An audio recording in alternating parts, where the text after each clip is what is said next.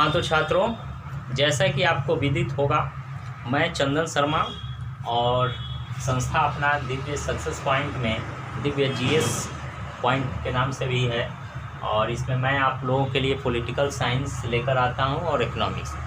Political science में आज हम लोग पढ़ेंगे स्टेट के बारे में। स्टेट किसे कहते हैं, राज्य किसे कहते हैं, राज्य की क्या परिभाषा है, राज्य होने के शर्त क्या हैं, अपने देश में राज्य कितने हैं, कितने केंद्र शासित प्रदेश है, इसके बारे में जानेंगे।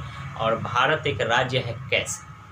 भारत सुनने में आप लोगों को अटपटा लग रहा होगा, भारत तो एक देश हम लोग जानते हैं, राज्य तो बिहार हुआ अपना, लेकिन भारत एक राज्य है। पॉलिटिकल साइंस की भाषा में है ना, भारत को भी राज्य की संज्ञा दी गई है। तो सबसे पहले हम लोग जानते हैं राज्य किसे कहते हैं, राज्य की परिभाषा क्या है, राज्य के बारे में किस विद्वान ने दिया था कंडीशन। तो सबसे पहले यहाँ आप लोग देख रहे होंगे स्टेट या राज्य जो है, इसके लिए 4 शर्तें होती हैं, ठीक है।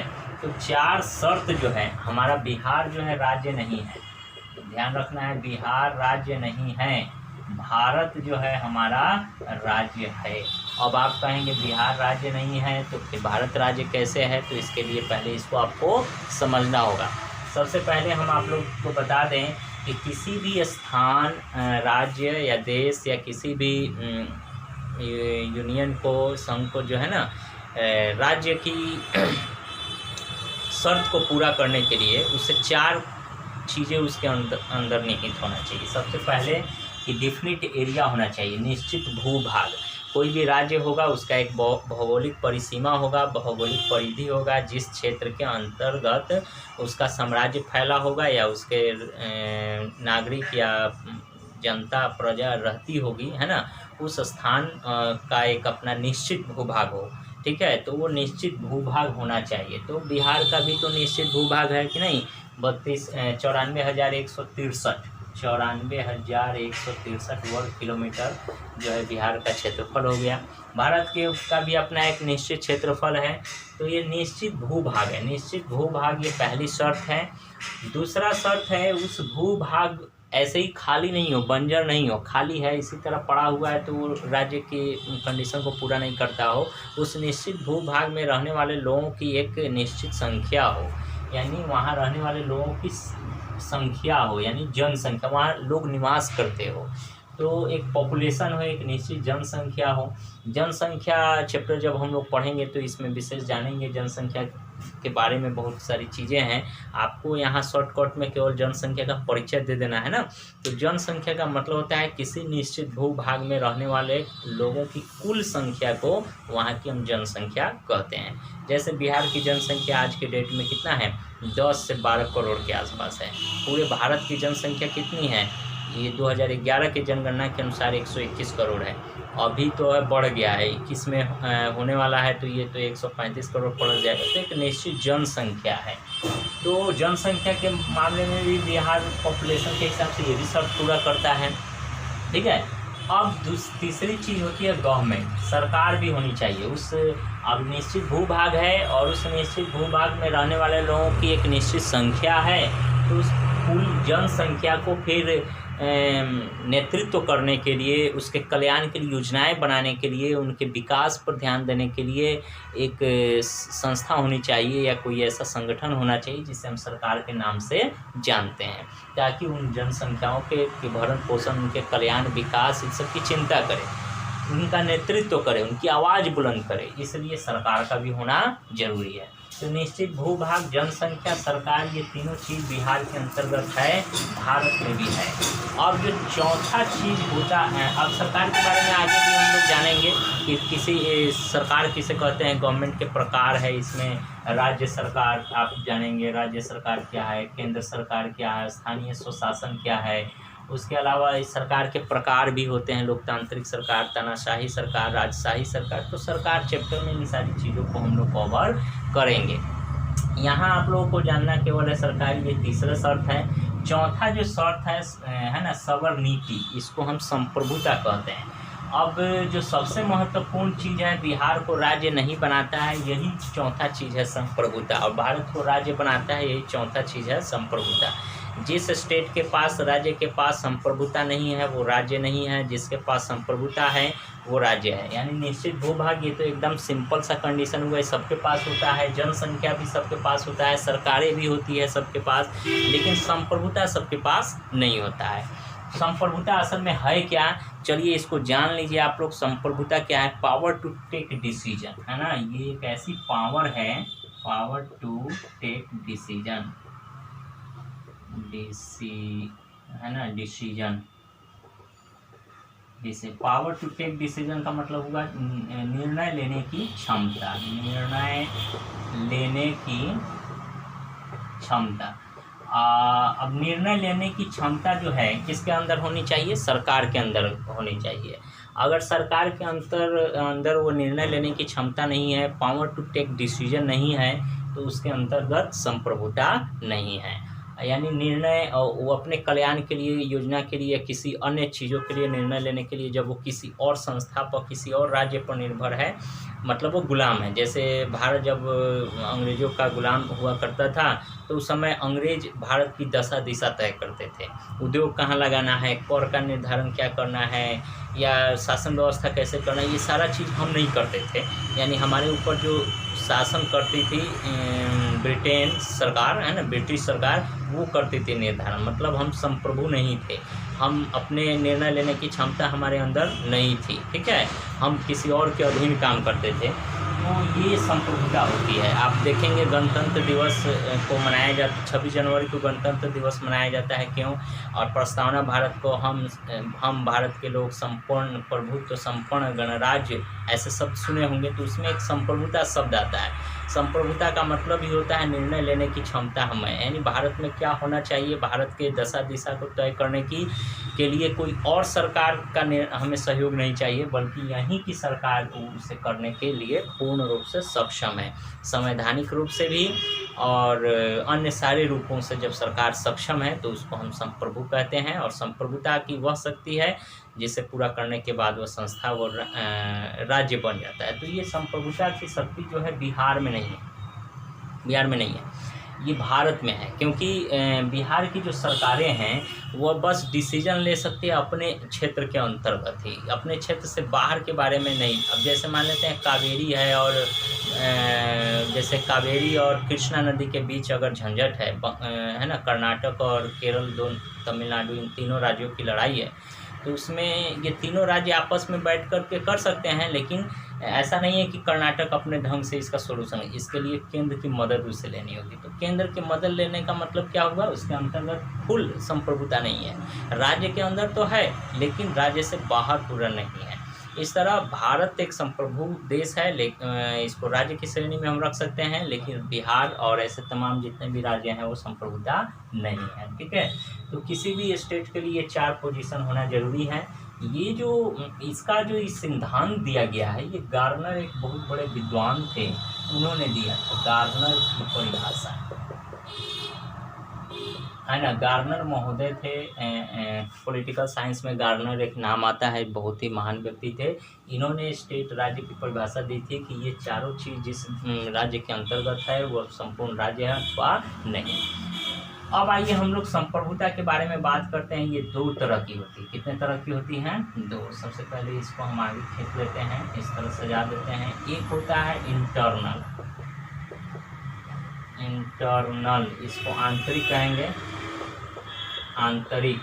और दूसरा होता है एक्सटर्नल, इसको हम बाहरी कहेंगे, ठीक है। तो ये 2 तरह की संप्रभुता होती है। अपने राज्य के अंदर डिसीजन लेने की क्षमता आंतरिक, और राज्य के बाहर डिसीजन लेने की क्षमता एक्सटर्नल। तो बिहार को, बिहार के अंदर की तो संप्रभुता है, कर सकता है, लेकिन बहुत सारे केस में ऐसा भी नहीं है। अच्छा, एक्सटर्नल का कोई भी अधिकार नहीं है, लेकिन भारत के पास एक्सटर्नल संप्रभुता है। अमेरिका से हमारे कैसे रिलेशन रहेंगे, इसके लिए किसी भी देश की मदद लेने की आवश्यकता नहीं है।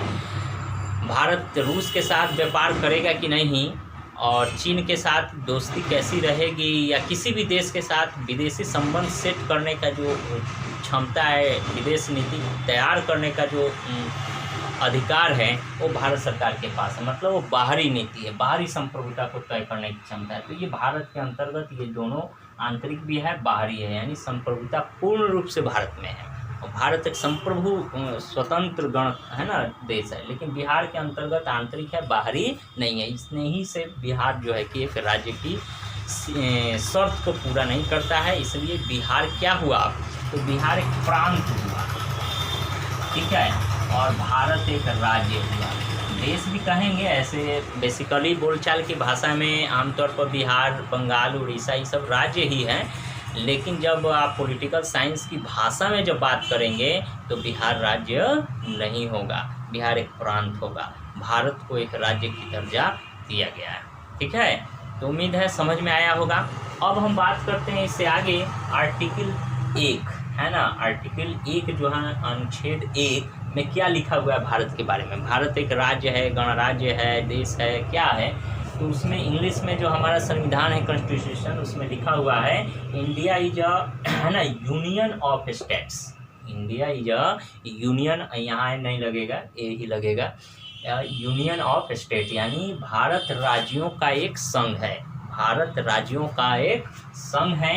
और अब देखिए राज्यों का संघ है तो यहाँ तो बहुत सारे राज्य हैं, तो उन सभी राज्यों को बहुत सारे अधिकार दिए गए हैं, लेकिन संप्रभुता के अधिकार नहीं दिए गए हैं। और एक और अधिकार नहीं दिया गया है कि ये राज्य भारत से बाहर नहीं हो सकते हैं, इनको बहुत सारी सुविधाएं दी जा सकती है, स्वायत्तता दी जा सकती है, इन्हें बहुत सारी जो है कि सब्सिडी या बहुत सारी सरकार की तरफ से मिलने वाले सहयोग वो सब दिए जा सकते हैं, लेकिन भारत से अलग होने का जो है अधिकार नहीं, हमारे संविधान ही इस चीज़ को नहीं इजाज़त देता है। तो इस प्रकार इसमें आर्टिकल 1 में लिखा हुआ है राज्य को भारत से अलग होने का अधिकार नहीं है। हाँ, स्वायत्तता लेने का अधिकार है, बहुत सारी चीज़ों में छूट लेने का अधिकार है, लेकिन देश से अलग होने का अधिकार नहीं है। तो हमने आज स्टेट के बारे में जाना। अब हम लोग बात कर लेते हैं भारत में कितने राज्य हैं। कल तक भारत में 29 राज्य हुआ करते थे, जिसमें जम्मू कश्मीर भी शामिल था, जम्मू कश्मीर भी शामिल था। और 7 जो है यूनियन टेरिटरी था, है ना, यूनियन टेरिटरी यानी केंद्र शासित प्रदेश था। लेकिन अब जो है ये संख्या बदल गया है, अब ये 29 की जगह पर 28 राज्य हो गए हैं, क्योंकि जम्मू कश्मीर को राज्य का दर्जा राज्य की दर्जे से हटा दिया गया है, ठीक है। तो 28 राज्य हैं वर्तमान में, याद रखना है, वर्तमान में 28 राज्य हैं। और केंद्र शासित प्रदेशों की संख्या जो कल तक 7 हुआ करती थी, अब 9 हो गई है। कितनी हो गई है? 9 केंद्र शासित प्रदेश हो गए हैं। अब 9 कैसे हो गया, इसको भी हम आपको बता देते हैं। केंद्र शासित प्रदेशों की संख्या 9 हो गई है, ठीक है। कैसे? तो जम्मू कश्मीर जो अभी धारा 370 हटाया गया है, आपको याद होगा, हाल ही की तो बात है। धारा 370 हटाने के बाद जो जम्मू कश्मीर था, उसको भौगोलिक क्षेत्र के हिसाब से 2 भाग में बांटा गया। आपको याद होगा जम्मू कश्मीर एक है, और जम्मू कश्मीर में 2 भाग है, एक लेह लद्दाख, है ना, लेह लद्दाख। पहले लेह लद्दाख उसके अंदर होता था जिला के तरह, है ना, और जम्मू कश्मीर राज्य होता था। लेकिन जम्मू कश्मीर को 2 पार्ट में बांट के जम्मू कश्मीर अलग और लेह लद्दाख अलग 2 पार्ट बांट दिया, और दोनों को यूनियन टेरिटरी बना दिया, यानी केंद्र शासित प्रदेश बना दिया। तो पहले 7 था, अब 2 जुड़ गया, तो 9 केंद्र शासित प्रदेश हो गया और 28 राज्य हो गया, ठीक है। अब आप लोगों को बताना है, जिस समय हमारा देश आज़ाद हुआ था उस समय भारत में कितने राज्य थे, ठीक है। तो जिस समय हमारा देश 1947 में आज़ाद हुआ तो उस समय 14 मात्र राज्य थे। लेकिन धीरे धीरे 1961 में गोवा बना, है ना, पुर्तगालियों से जब आज़ाद हुआ, फिर पांडिचेरी केंद्र शासित प्रदेश बना, फिर बीच में इधर झारखंड बना, उड़ीसा तो बहुत पहले ही बन गया था, 36 में ही, 1936 में झारखंड, छत्तीसगढ़, है ना, उत्तराखंड ये बना, अभी हाल ही में तेलंगाना बना है, जम्मू कश्मीर बना है। तो ये धीरे धीरे इसकी संख्या बढ़ती चली आई, ठीक है।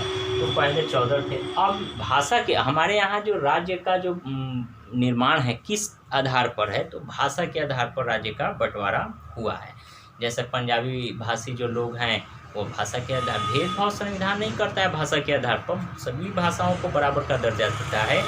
लेकिन भाषा के आधार पर एक कमेटी थी जिसने सिफारिश की थी कि भाषा के आधार पर राज्य का पुनर्गठन करना चाहिए। तो सबसे पहले 1956 ईस्वी में, है ना, 1956 ईस्वी में आंध्र प्रदेश को, है ना,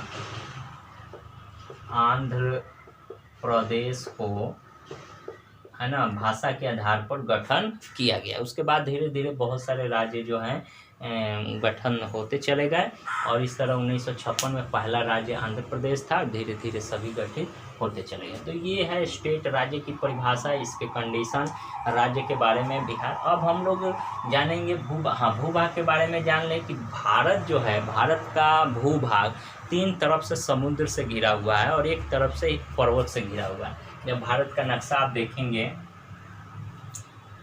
भारत का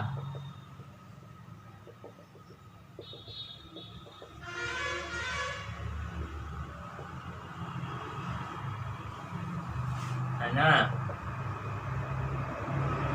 ऐसे भारत का नक्शा देखेंगे इस तरह रहता है,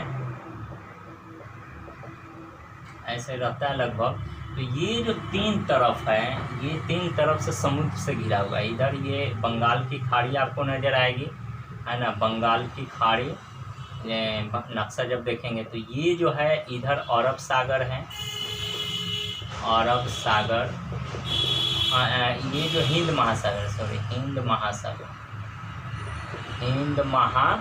महासागर है और ये वाला जो हिस्सा है ये अरब सागर है, अरब सागर। लक्षद्वीप हमारा जो है इसी अरब सागर में है और अंडमान निकोबार द्वीप समूह जो है इस बंगाल की खाड़ी में पड़ता है। तो ये 3 तरफ से समुद्र से घिरा हुआ है। इधर पाकिस्तान पड़ता है, अफगानिस्तान है, इधर से चीन की सीमा लगती है, नेपाल है और ये जो है हमारा जम्मू कश्मीर है। ठीक है, तो इधर से हिमालय पर्वत यहाँ से शुरू होता है और इस तरह होता हुआ यहाँ तक आता है, लगभग यहाँ से यहाँ तक आता है। तो ये जो है हमारा हिमालय पर्वत से घिरा हुआ है और इधर से जो है भूभाग है, ये हमारा भौगोलिक भूभाग है। जनसंख्या के बारे में हमने बात की ही थी। अब अगले क्लास में हम लोग देखेंगे सरकार के बारे में। सरकार किसे कहते हैं, सरकार के प्रकार कितने हैं, सरकार के कौन कौन सी अंग है, इसका कंपोज टाइप क्या है, संगठन क्या है, अर्थ क्या है, ये सारी चीज़ें हम लोग जानेंगे। संप्रभुता के बारे में भी समय समय पर जब भी ये टॉपिक आएगा तो बताएंगे ही। बस संप्रभुता को समझने के लिए एक चीज़ जान जाइए, जैसे कोई व्यक्ति अगर वयस्क नहीं है, मतलब 18 साल की उम्र से नीचे है, तो उसको संविधान भी जो है वोट देने का अधिकार नहीं देता है, मतलब वो संप्रभु नहीं है। वो अभी अपना बुरा भला क्या होगा इसके बारे में उसे निर्णय लेने की क्षमता अभी विकसित नहीं हुई है, इसलिए वो दूसरे पर डिपेंड है, हम अपने मम्मी पापा पर डिपेंड होते हैं नहीं। लेकिन जब 18 साल के बाद हो जाते हैं तो माँ और जो उसके मम्मी पापा हैं उन्हें बहुत सारे सुविधाएँ देने लगती है कि तुम अपना डिसीजन खुद लो, ठीक है, तुम्हें क्या करना है नहीं करना है। संविधान भी उन्हें बहुत सारे अधिकार दे देता है, वैसे मताधिकार का, चुनाव लड़ने का, बहुत सारी चीज़ें। तो वो अब अपना निर्णय लेने की क्षमता खुद हो गया, तो वो संप्रभुता मिल गई व्यक्ति के आधार पर। तो इसी तरह राज्य हो, एक केंद्र है जिसको अपने डिसीजन लेने की क्षमता अपने अंदर है, वो संप्रभु है, अन्यथा वो नहीं है।